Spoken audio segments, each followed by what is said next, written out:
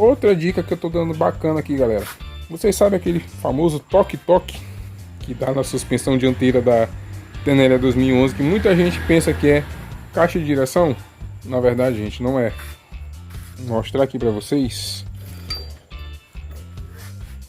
o que foi que eu fiz aqui, ó, pra parar essa zoada. Aqui tinha dois furos, um eu mandei soldar, tapei, e a outra também. Vou pegar aqui, olha lá como ficou. Tapei o furo. Eu vou deixar uma foto aqui pra vocês verem como era antes, e vocês olharem agora como é que tá.